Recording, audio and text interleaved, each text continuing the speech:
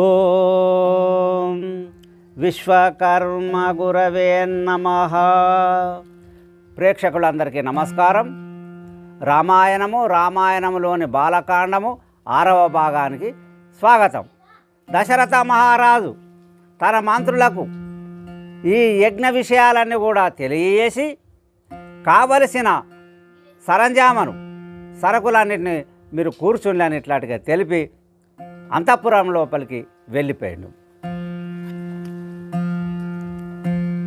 యాగాశ్వమును వదిలిన 1 సంవత్సరము తరువాతను యజ్ఞముకు ముందు విధులన్నిటిని చేసి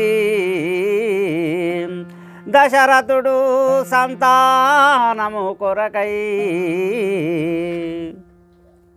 ఆ యాగాశ్వమును వదిలిన సంవత్సరానికి ఇక్కడ అశ్వమేధ యాగం చేయటానికి దశరథుడు పూనుకున్నాడు. ఆ సంతానం లేదు, సంతానం కలగాలన్న ఆ కోరికతోటి దశరథుడు యజ్ఞం చేయబూనిండు. చేయుటకై దీక్షభూని నియమనిష్టల సతుల సమేతము వెళ్ళెను యాగశాలకు వేగా. మహర్షి వశిష్ఠునికి పూజించే బహు భక్తితో నచట. ఈ దశరథ మహారాజు అతని యొక్క భార్యలు 3 ఈ యజ్ఞదీక్షను వహించి యజ్ఞదీక్ష పూని ఆ యాగశాలకు వెళ్ళి వశిష్ఠ మహర్షికి నమస్కరించి ఆయనకు పూజ చేసిండ్రు.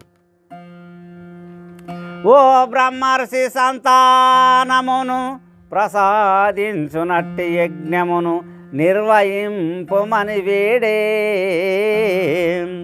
దైత్యులచే విఘ్నములు కలగకుండునట్లు చూడుడి మీరవని అందు.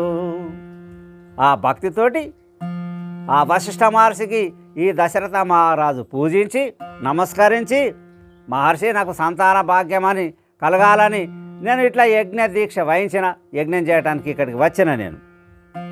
మరి ఆ రాక్షసుల చేత ఎటువంటి విఘ్నాలు కలగకుండా ఈ యజ్ఞమును కాపాడుతూ ఈ యజ్ఞమును నిర్వహించే భారం నీదే మహాత్మా అని ఆ వశిష్ఠ మహర్షికి దశరథుడు ఇట్లాంటిగా వేడుకున్నాడు ప్రార్థిస్తూ.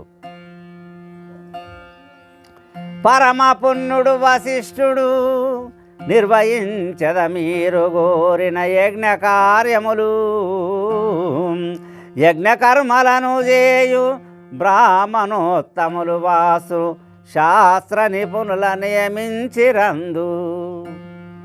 ఆ దశరథుని కోరిక మేరకు ఈ వశిష్ఠ మహర్షి ఒప్పుకొని ఆ యజ్ఞం చేయటానికి అక్కడ వాస్తుశాస్త్ర నిపుణులను నియమించిండ్రు. యజ్ఞగుండముల నిర్మించిరి శృవాది గరిటెలు చేయ వడ్రంగులనందు.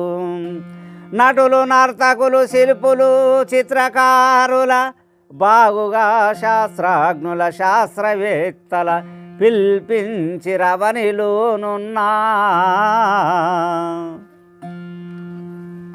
అక్కడ యజ్ఞగుండాలను నిర్మించడానికి వాస్తు నిపుణులు, శాస్త్రాజ్ఞులు, నర్తకులు, నటులు, మరి వడ్రంగులు, శృవాది గరిటెలను చేయటానికి వీళ్ళందరినీ కూడా నియమించిండు.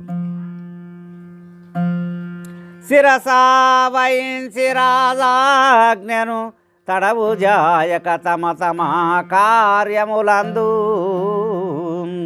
తెప్పించిరి వేల కొలదీటుకలు కట్టిరి ఎన్నెన్నో భవనములచట.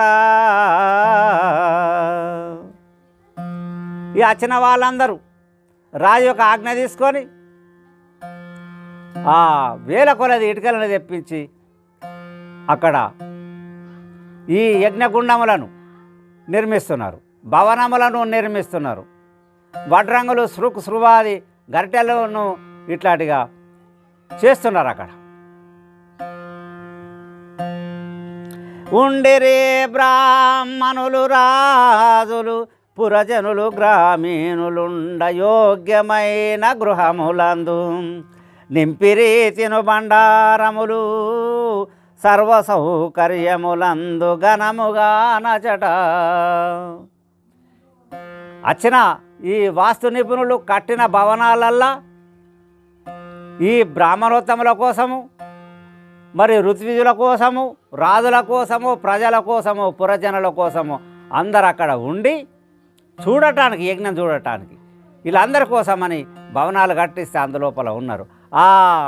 వాళ్లకు కావలసినటువంటి తినుబండారాలన్నీ కూడా ఆ భవనాలల్లా నింపిండు. అక్కడ ఏ వస్తువు కూడా తక్కువ లేకుండా ఆ యజ్ఞం అక్కడ నిర్విఘ్నంగా కొనసాగాలని ఇవన్నీ కూడా ఏర్పాట్లు చేసిండు.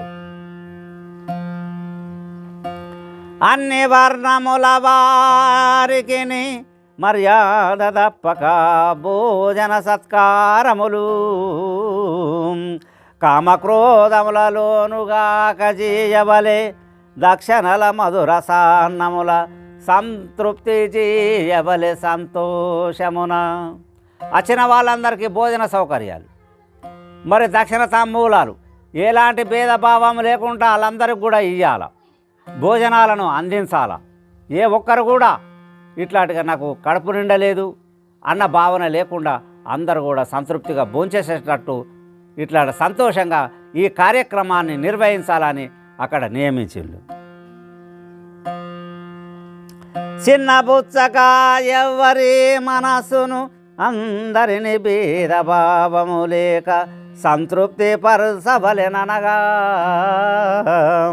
విని అందరూ ముక్త కంఠమున మహాత్మ మీ ఆదేశానుసారము జేయుదు మనరే అవనిలోనా. మహాత్మ ఎవరన్నా ఉండని 4 వర్ణాల ప్రజలు, బ్రాహ్మణ, క్షత్రియ, వైశ్య, శూద్ర, ఈ 4 వర్ణాల ప్రజలు కానీ, ఉన్నవాళ్ళు కానీ, బీదవాళ్ళు కానీ, ఎవరున్నా కానీ మేము ఏ భేదభావం లేకుండా మీరు చెప్పిన రీతిగానే మేము అక్కడ నడుచుకుంటాం. అందరికీ సమానంగానే దక్షిణ తాంబూలాలు, అన్నపానాదులను ఇవన్నిటిని కూడా అలాగ అందించి మేము ఈ కార్యక్రమమును తప్పకుండా మంచిగా నిర్వహిస్తామని ఇట్లాంటిగా అక్కడి వాళ్ళందరూ ఆ ఋషశృంగునితోని, మరి వశిష్ఠునితోని, దశరథునితో ఈ విధంగా తెలియజేసింది అక్కడ ఉన్నవాళ్ళు. పూజ్య మహర్షి వశిష్ఠుడు పిలిపించి మంత్రి సుమంత్రునితో పలికనిట్లు, బ్రాహ్మణులు, క్షత్రియులు, మరి పృథ్వీ మండలమందున్న వశుల శూద్రులను అవ్వారింపుడవని అందు. ఆ వశిష్ఠ మహర్షి సుమంత్రుని పిలిచి, మంత్రి నువ్వు బ్రాహ్మణులను, క్షత్రియులను, వైశ్యులను, శూద్రులను 4 వర్ణాల ప్రజలందరినీ ఇక్కడికి ఆహ్వానించు, వారిని రమ్మను. వీరాది వీరుడు దశధీరుడు స్వయమేగి మిథిలాధిపతి జనక మహారాజు నిందు, మిత్రుడు దశరథుని కాశీరాజు, దశరథుని మామకేయరాజు అవని అందున్న వారి నిందు.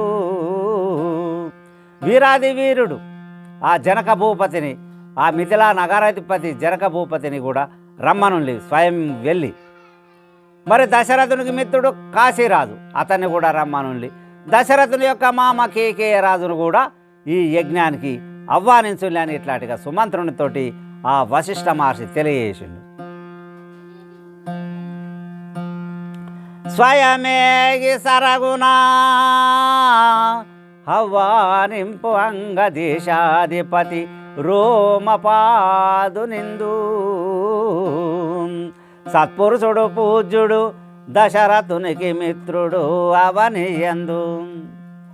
మరి నువ్వే స్వయంగా ఆ అంగదేశానికి వెళ్ళి ఆ రోమపాదుని ఇక్కడికి తోలుకొని రా.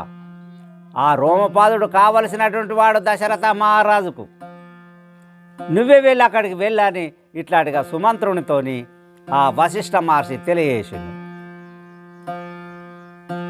మంత్రి సుమంత్ర ఇంకను సింధు సౌవీర సౌరాష్ట్ర దేశాధిపతులను దక్షిణాదేశధరణి పతుల దూతల నంపి ధరణి మహారాజుల ప్రియముతో పిలుపుడిందు. సుమంత్ర, సింధు, సౌవీర, సౌరాష్ట్ర మరి దక్షిణాదేశాధీశులను మరి ఇతరాత్ర ప్రజలందరినీ కూడా 4 వర్ణాల ప్రజలందరినీ కూడా దూతలను పంపి అలాకు కబురు చేయు, అలాని ఇక్కడికి రమ్మనని ఇట్లాంటిగా ఆ వశిష్ఠ మహర్షి సుమంత్రునితో తెలియజేసిండు.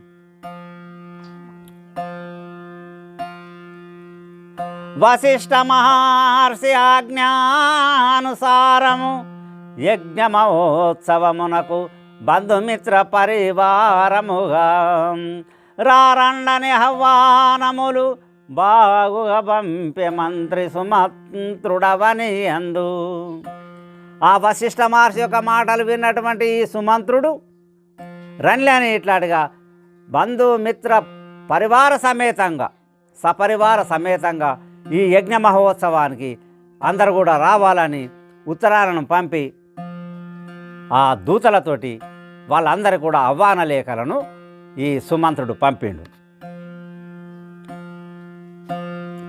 పుణ్యపురుషుడు వశిష్ఠ మహర్షి గైకొని ఆజ్ఞను మంత్రి సుమంత్రుడు శ్రేష్టమై పాలులా తోడుకొని రాను దర్ల్యాచటి నుండి ఇచట తాము చేసిన కార్యముల వశిష్ఠమునికి తెలియజేయా.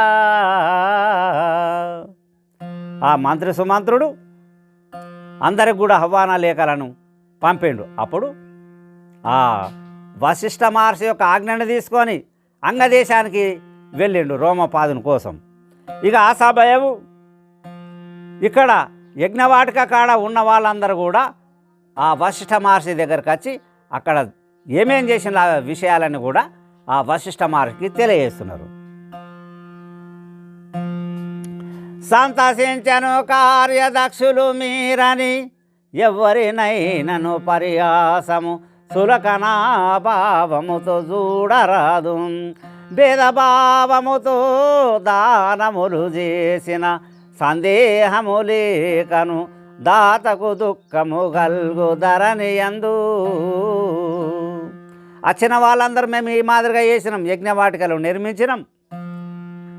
అందరు ప్రజలందరూ ఉండటానికి రాజులు మరి బ్రాహ్మణులు ఋత్విజులు ప్రజలు వీళ్ళందరూ ఉండటాని కోసమని మేము భవనాలను కూడా నిర్మాణం చేసినాం. అక్కడ కావలసిన వస్తువులన్నీ కూడా ఇట్లాంటిగా ఉంచినామని తెలియజేస్తే ఆ వశిష్ఠ మహర్షి చాలా సంతోషించి అప్పుడు ఏమంటున్నాడంటే ఎవరిని కూడా భేదభావం చేయకుండా చూడాల, భేదభావం లేకుండా దాన ధర్మాలు చెయ్యాల. చేయకపోతే రాజుకు మాత్రం దుఃఖాలు కలుగుతాయి, కష్టాలు కలుగుతాయని తెలియజేసింది. కతిపాయ దినంబులకు శ్రేష్ఠులందరూ రత్నములు మనులు ఇంకా ముత్యములు పగడములు అమూల్యమైన వస్త్రాభరణముల తెచ్చి కొన్ని రోజులకు ఈ ఆహ్వాన లేఖలను అందుకున్నటువంటి రాజులు శ్రేష్ఠులు గొప్ప వాళ్ళందరూ కూడా ఈ అయోధ్య నగరానికి వస్తున్నారు. కట్న కానుకలను తీసుకొని ముత్యాలు పగడాలు రత్నాలు మనులు ఇట్లాంటిగా తీసుకొని అయోధ్యకు వస్తున్నారు. గుబాలించు చందనాది పరిమళ ద్రవ్యములను కానుకలు వాసిగాను ధన ద్రవ్య సంపదలు సమర్పించిరి దశరథునికి సంతోషమునా. కొందరు సుగంధ ద్రవ్యాలను ఇట్లాంటిగా తీసుకొని వచ్చి ధనము ద్రవ్యము మనులు ముత్యాలు హారాలు రత్నాలు వస్త్రాలు ఇవన్నీ తెచ్చి ఆ దశరథ మహారాజుకు సంతోషంగా సమర్పిస్తున్నారు, కానుకలు సమర్పిస్తున్నారు. కానీ రాజుల రాకను మహర్షి వశిష్ఠుడు సంతుష్టుడై మహారాజు దశరథునితో బలికెనిట్లు వచ్చిరి చూడవని రాజులు జరిపెను రాజులకు అతిథి సత్కారములు సేలుగాను. ఈ వశిష్ఠ మహర్షి చూసి దశరథునితో అంటాడు, మహారాజా మరి ఆహ్వాన లేఖలను అందుకున్నటువంటి రాజులు ప్రజలు వీళ్ళందరూ కూడా వస్తున్నారు. అని ఇట్లాంటిగా తెలియజేస్తే వచ్చిన వాళ్ళందరికీ దశరథుడు అతిథి సత్కారములను ఇట్లాంటిగా చేస్తున్నాడు. వశిష్ఠ మహర్షి దశరథునితో యజ్ఞ సామాగ్రి సమస్తము సిద్ధమున్నవి యాగశాలయందు యజ్ఞవాటికను సంకల్పమాత్రమున నిర్మించిరి తిలకింపరండి అతి శీఘ్రమున బాగుగాను. మరి ఇక్కడ ఉండి మనం ఏం చేద్దాం, యజ్ఞవాటిక కాడికి వెళ్దాం. మరి నువ్వు చెప్పిన విధంగా మేము చెప్పిన విధంగా అక్కడి వాళ్ళందరూ కూడా ఆ యజ్ఞ సామాగ్రిని అక్కడ కూర్చిండ్లు, సమకూర్చిండ్లు, యజ్ఞవాటికలను నిర్మించిండ్లు. మరి మీరు తప్పకుండా అక్కడికి వచ్చి చూడుల్లి మహారాజా అని ఆ వశిష్ఠ మహర్షి దశరథునితో అన్నాడు ఈ విధంగా. శ్రేష్ఠులిద్దరి ఆజ్ఞానుసారము తిథివార నక్షత్రముల గూడి మంగళకరము సుముహూర్తమందు వాద్యఘోషలు మ్రోయంగా దర్లి ప్రసాదము నుండి యజ్ఞశాలకు చేరి సేలుగాను. ఈ ఋషశృంగుని మాట, ఈ వశిష్ఠుని మాట ప్రకారం ఆ దశరథ మహారాజు యజ్ఞానికి కావలసిన ఏర్పాట్లన్నీ చేయించిండు. చాలా సంతోషంగా వాద్యఘోషల మధ్య యజ్ఞదీక్ష వహించి ఆ దశరథుని భార్యలు వీళ్ళందరూ కూడా సపరివారంగా ఆ యజ్ఞశాలకు యజ్ఞం చేయడానికి వచ్చిండ్రు. సుప్రసిద్ధులు వశిష్ఠాది ఋషశృంగులు బహు బ్రాహ్మణోత్తములు చేరిరి యజ్ఞవాటికకు సేలుగాను దశరథుడు ఋద్విజులు చేరి శాస్త్రోక్తముగా యజ్ఞము చేయా. యజ్ఞం చేయడానికి ఋషశృంగుడు, వశిష్ఠుడు, బ్రాహ్మణోత్తములు, ఋత్విజులు మరి వీళ్ళందరూ అక్కడ సపరివారంగా ఆ యజ్ఞం చేయడానికి దీక్ష పూని ఆ యజ్ఞవాటిక కాడికి వచ్చింది. దశరథ మహారాజు యజ్ఞవాటికకు సధర్మ పత్నుల గూడి వచ్చిరి. సకల ఐశ్వర్య సంపన్నుడు వహించే యజ్ఞ దీక్షను పృథ్వీజనులు గనగా బాగుగాను. అందరూ చూడంగా చాలా సంతోషంగా ఈ దశరథ మహారాజు యజ్ఞ దీక్ష వహించి ఆ యజ్ఞశాల కాడికి ఆ యజ్ఞవాటిక కాడికి వచ్చి ఉన్నారు. 13వ సర్గ సమాప్త. ఈ తర్వాయి భాగాన్ని మనం మరో వీడియోలో తెలుసుకుందాం. ప్రేక్షకులందరికీ నమస్కారం. అంతవరకు సెలవు.